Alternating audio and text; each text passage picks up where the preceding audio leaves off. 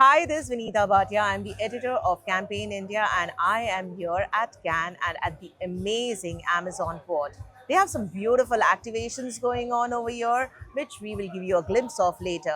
But more than that, I wanted to think about something that Charles Dickens said many, many years ago. It's the best of times and it's the worst of times. And the reason I say that is very simple. Every brand wants to create more and more content. Every platform wants to be part of some shoulder programming.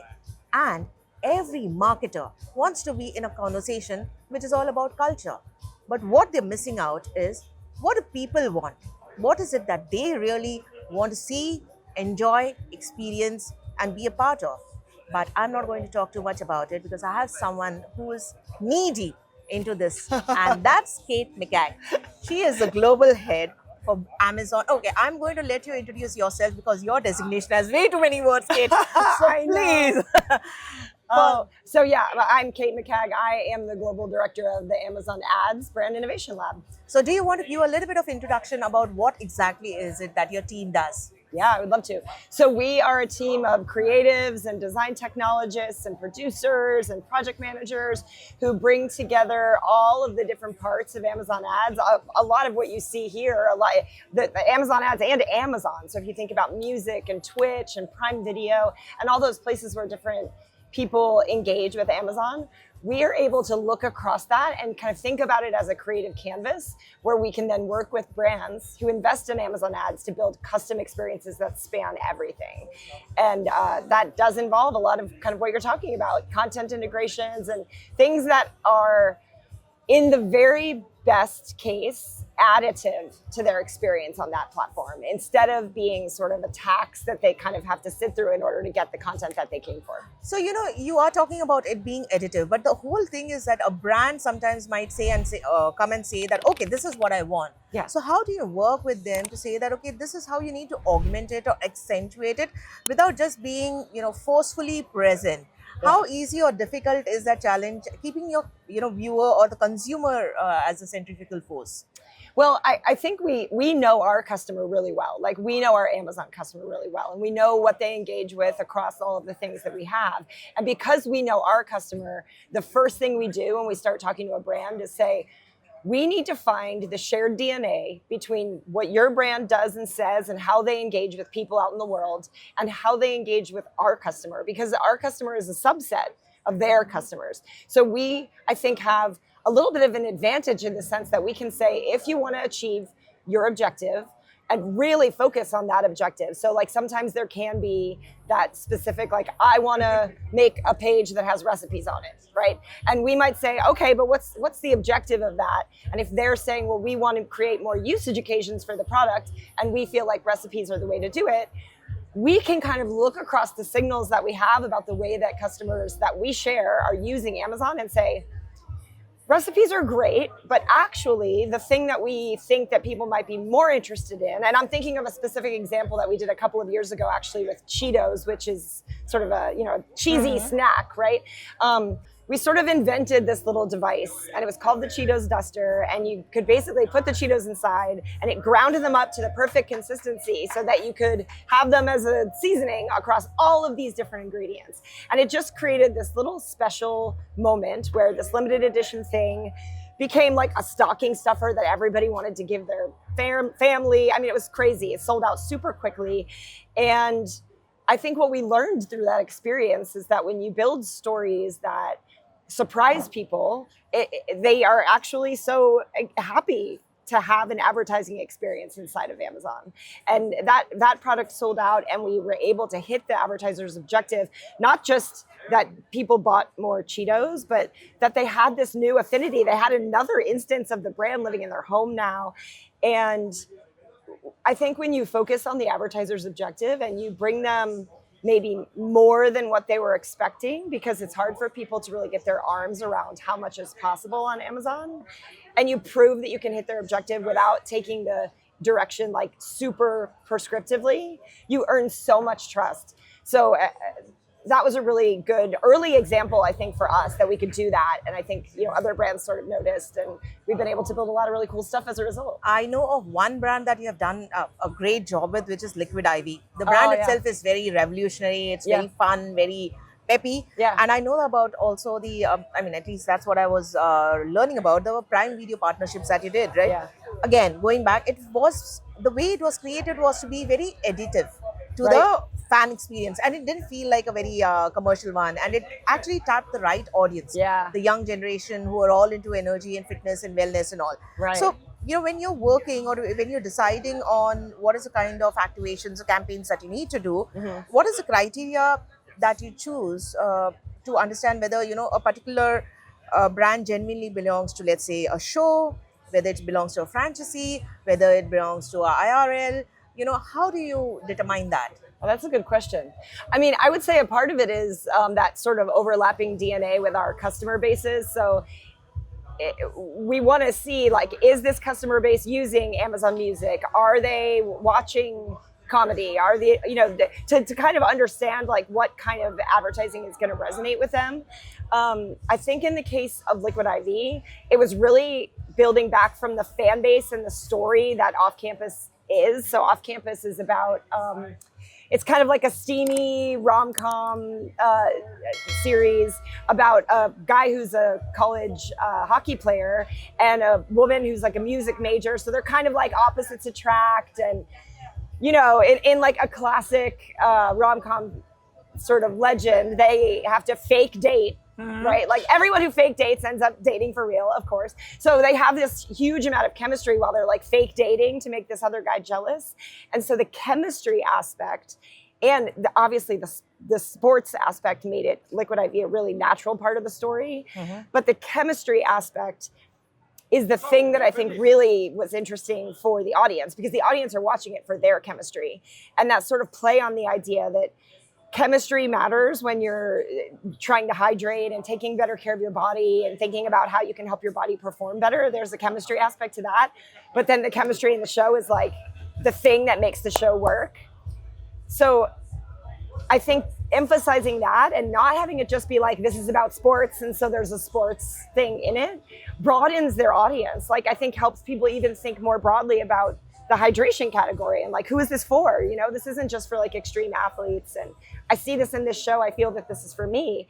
And it was integrated into the show really well. But then I think where it really sings, and I think the reason why the creative can really sing on Amazon is because we don't have to tell the whole story all at once in one place. So like, that's the thing. I think when an ad starts getting like sweaty and it's like working so hard and you're just kind of like, I'm not with you anymore because it's not entertaining anymore. I think it's so exciting because I think we have the opportunity to, in the show or in co-branded content, it can be fun. It can be about like the couple and, it's not, you don't have to talk about like every ingredient that made the thing special, because we have another moment later, maybe where the customer engages with Alexa, or maybe where the customer is doing product research, where we can have that conversation then, right? Because like certain conversations happen better in certain circumstances. And I think that's really the powerful thing, is that if we know that you've enjoyed this and we know that you've seen this spot and we know that you've engaged maybe within an interactive ad, we can hit you later with the details. Right now you're watching a show. So I really like this sort of like respect for what the audience is there to do and the ability to kind of put the right ad in the right place at the right time for them so that they don't have to like hold all this information in their head or else the ad didn't work. You know what I mean? Absolutely right. But one notices that, I'm not talking specifically to Amazon, but if you look at a lot of the similar kind of seed placements that are there, so these garner the headlines for a few weeks, right? And then they kind of die a natural death. Sure. So when you I can't think of a better phrase than that. I mean, it's actually so right. So when you and your team are trying to see how the product will show up, like you correctly mentioned it, whether it's a hydration or a beverage or whether it's something, maybe a cosmetic brand or something like that, how many months in advance does your team start planning so that there might be certain drip feeding that takes place, there might be some slight activation, maybe in a series, maybe in some music, maybe something else, and see the milestones that you want, so that there is a longer play of that campaign, not a short-term incentive. Yeah, no, I mean, it's a great question. And in this case, especially for a show that people binge, it's like even, in like the old days in broadcast, you might have been able to get a whole season of something out of this. People binge this show like in 8 hours. Like they watch the whole thing. It's crazy. And then they watch it again and again. So like, I think there is that opportunity just with the video. But in this case, actually, the brand has been amazing at figuring out how to continue to engage the fans. So really thinking about like, there are fans of this show. They want whatever they can get about this show. There's tons of interview content with the talent. We were able to shoot with the talent in character, and they took photography, and the talent attended events. So they have photos where they made social posts that they then turned into posters that they did a giveaway on social where they were like gone in a minute, so they were ready to act quickly, and they were ready to give fans what they wanted. And I think that they're not super preoccupied with being overshadowed by it. And I think that also kind of puts them almost like oddly in a more front foot position with the audience, because they know that the audience came for the show and they respect the role that the brand is playing in bringing them more content around the show. So I think that's just been absolutely lightning in a bottle. Like, I'm so excited to keep doing these now, because just like with the Cheetos Duster, there's an industry expectation set around like what will happen when a brand comes and gives you a brief, and how you'll respond to it, And if you can push them just a little bit outside of their comfort zone and do so much more, it's so much easier for the next brand to take that leap because they saw someone do it. And for a brand like Unilever to do that is huge, because there's no brand in the world that can look at that and say like, well, that's not like relevant to me. Like they should be able to move as fast as them. Unilever's a big company. So I'm glad it was with them. I'm glad that it's resonated so much with the fans. And I think it really plants the seed for us to keep doing this. And Amazon is also at a very good spot if you look at it, because it has the advantage of having e-commerce, right? It has entertainment, right? And it has access, of course, data. It's sitting on a land trove, treasure trove of data. So that really gives it a very strong advantage. Right. But at the same time, right now we are in Cannes, we are all talking about the science of media. Right? And then we're also talking about the art of creativity. Yeah. And the fact that both of them should not operate separately. Totally. You mentioned about that with the Unilever case or the Liquid IV case. Yeah. At the same time, when you're collaborating, not just with the brands, but they are agencies. Yeah. Because they are the ones who come with a brief. Right. Where do you still see that disconnect between creative ambition and audience intelligence? Because Amazon it's got lots of data insights. Sure. So where things can show up right, but maybe the brand has a completely different perspective. Where is that disconnect? I mean, I guess a lot of it, like, I think everyone's trying to do the best work they can do. But when you look at the way that companies are structured, sometimes the way agencies are structured, it's hard for the lines to cross at the right time, right? So like, and then sometimes it feels a little bit like everyone's kind of pitching for everyone's business. So like the who controls the budget doesn't always control the creative, and that decision maker is not always one person. Sometimes it's two people. Sometimes it's two people who only meet each other in the room when they're talking to Amazon because they're talking about how their product is performing in the retail environment. Like those organizational silos, I think, are probably the biggest reason. And then the fact that those organizational silos lead to natural agency silos, right? Because like the digital person hires the digital agency and the media person hires the media agency and the creative, and it's quite hard. I mean, I've worked as a creative director for many years, and I was on a lot of those kind of interagency teams where they bring everyone in the room and they want you to kind of come out with one idea and one positioning, and it's actually so hard to do that. And even if the team in the room can do it, it's quite hard to figure out like, okay, who makes the final decision about how these things move forward? And the intention is totally there, but the execution is actually quite difficult. Mm-hmm. So in the examples that I'm describing, we had agencies who helped us bring these things together, but we also have had a very direct relationship with the brand. Okay. And so like what we're trying to figure out how to do now is how to take kind of the brain that we have just in terms of how my team knows how Amazon works together, because it's so big and it's creatively actually hard to navigate. Like, I have an idea. Can I put this here? Like, it's not really about buying an ad oftentimes. It's about like creating an experience in a place and trying to surprise people, trying to get into the Palais with something that uses a part of Amazon in an unexpected way, but they don't know where the front door is. So I think that a lot of those silos in terms of execution can be broken down by us taking a bit of our brain out and giving it to them. And AI is giving us this opportunity to sort of create agents and create capabilities that agencies can have so they can take their idea and think about how it would live across Amazon. Because there's so much opportunity. I think creatives want that idea. For example, what I was saying before around like, they don't want to say everything in one ad. But it's hard when you don't own the media to think about, okay, well, how do I make sure that this message gets through later? You know, like it's hard to even conceptualize it.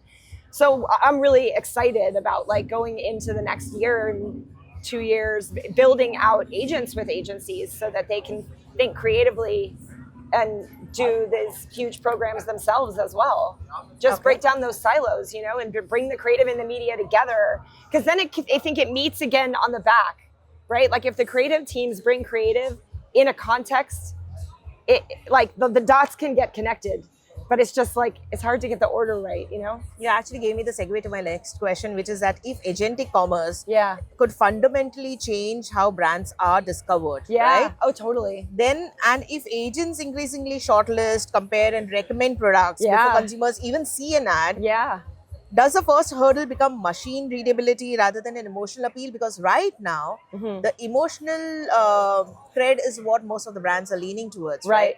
But then later on, do you think that, you know, with the rise of agentic, it's going to be about where you show up on a machine? Is that what going to happen? And if that happens, what happens to the line of work that you do, you know, where you need to be very mindful about how your brands show up? Yeah. I mean, people are going to have to get creative because I mean, I actually do think that, you know, I mean, I use AI for shopping all the time, and I really realize right now, like if you haven't laid the groundwork for your brand, if people don't already have like a kind of intrinsic sense of like, yeah, but like, I don't want to take a risk, I'm going to trust this brand, especially in higher consideration categories, like, you know, beauty, something you're going to put on your body, something you're going to like, you know, something really conspicuously consumed. I'm not going to buy a brand that I've never heard of because an AI agent recommended it, unless I'm like really in like looking at it from a price sensitivity perspective or something. Like it, you know, the brand groundwork has to have been laid. It does take away, if that's the way people start buying, it does take away your chance to kind of like intercept and be in that moment and like get them to think of you. But that means you have to already be in their minds. So like all those brands that have spent all these years like building up awareness, like this is when it's going to matter more than ever. And I think for brands that haven't, they'll probably feel it pretty quickly, I would guess. And that's where I think they're going to have to get creative. I think we're going to have to get creative about how to get them in the context of the conversation in the right moments. I think in real life events start to become really important. Like, you know, what you experience in a store, like in a physical store, and how that changes your purchase decision when you go home and replenish the thing you bought in a store.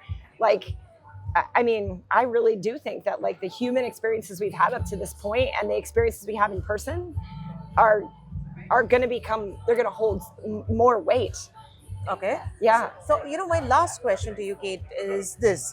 You know, one of the things we spoke about is the rise of agentic AI. And many of the agencies are doing it not just because of the fact that it gives them speed, it gives them efficiency. It's also because marketing budgets are under greater scrutiny and are getting tightened more and more. Yeah. So that's why they want to ensure that, you know, they are able to leverage technology as much as is possible and, you know, get creative at the same time. Now, in such a situation, what are some of the metrics that matter most inside brand innovation lab? Because if you're also using agentic and you're going to give your brain to your brands and they're also using all of it, ultimately there will come this tipping point where who's going to use what. You know, you'll have to, you said brands need to lay the groundwork, but I'm guessing you know, brand innovation lab also needs to lay the groundwork as to what is it that we can bring to the table maybe 2 years down the pipeline, 3 years down the pipeline. So we have something differentiated that our clients or, you know, agencies or brands can't think for themselves. So what would that be? What are those metrics? Well, it's a big question. The $1 million one, I'm sure that you're well, but you know, honestly, like when I think about agentic AI inside of creative, to me, like as a creative director, I really believe that quality ideas come from a high quantity of ideas. And in order to get to a high quantity of ideas with a person, they have to have an enormous amount of intelligence about that brand and about what's possible with that brand really quickly. That AI is incredible at, right? Like, not necessarily the thing that faces you as a person who might see an ad, but me as a person that has to come up with an ad. Like, we have to so quickly become an expert on like cars and then shoes and then makeup and then, and like, AI gives you that capability to kind of become an instant expert and help you digest a huge amount of information really quickly. So I think that can improve, even if we weren't using it to come up with ideas, already we would be able to get smarter faster. And that's great. I think that can only be good for us. When you then take that and you feed that intelligence in, and as a human, you go back and forth with your human experience and say, like, AI gives you a bunch of ideas that are usually squarely down the middle. Like, you're like, yeah, that makes sense, but like, if I have an option not to watch that, I'm not going to watch that, right? Like, we still have to talk to people, right? Like, we can make ads that the machine makes, but people have to still pay attention, or it doesn't make any difference. So what I've been really interested in witnessing with my own team is how that back and forth works. Like, how it makes, like, I'm a copywriter by background. Oh, okay. So I'm not a designer. I can't make an ad. I can now. So it's like supercharging people who had one creative discipline skill and giving them that second skill maybe, or even giving them that third skill. And so, like, if you know what the boundaries of it are and you still maintain like your taste, I think that it could be actually quite a fruitful collaboration, because you can come up with more ideas faster. You can adjust them to fit what you need, and you can have them make that idea look real to you really quickly. When it starts to get into, like, they're going to, agentic AI is going to make all the ads and there won't be any people making ads anymore. I mean, I guess we'll see. But I haven't seen an ad yet that AI made by itself. And that's like super important, I think, because like someone's got to ask it the question. And not everybody knows how to ask an agent the right question to get an ad out, right? Like, I get what you're saying. Yeah. I get what you're saying. So like there's a person in the mix no matter what.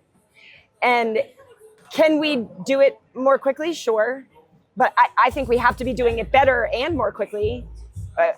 We can't just be doing it more quickly, because we could produce a bunch of like garbage and do it really fast and just like, but like our attention is, yes. Well, I mean, our attention is worth so much. Like, and the harder you make people pay attention to a bunch of stuff that's not worth paying attention to, the less likely they're going to be to ever pay attention to ads. So I think we have to be really careful and really like keep the bar high on what we're making, and not like settle for like, well, it was faster at least. Like, it has to be good, or it has to be better. I just like believe that wholeheartedly. And that puts a lot of pressure on the machine, to be honest. We have to train the machine to answer the question as well as we can. And I sort of think that's a fun thing to be able to do at this point in my career. I'm excited about it. Like I said at the start of the episode, right? Yeah. It is the best of times. Yeah. It is the worst of times. It depends on how you look at it. Yes, because you could look at it and be like, oh, party's over. Or you can look at it and be like, actually, like, this is a different party. And we can see our bad ideas look real faster. We can see our good ideas look real faster. And we can just go down more roads before we decide what the path's going to be, because AI is helping us do that. So like, I'm keeping it close personally. Well, thank you so much, Kate. It was so insightful to learn all of it. And I like the superlatives that you mentioned. Faster, smarter, better. Yeah. And I think that's what this industry needs. And I think we are working towards that. So thank you so much for taking the time to speak to Campaign. Thank you. Thank you. Yeah, super fun. And that's it from Campaign. And like Kate said, faster, smarter, better. That's the road ahead that the industry needs to take. Stay tuned for the coming episode. Thank you.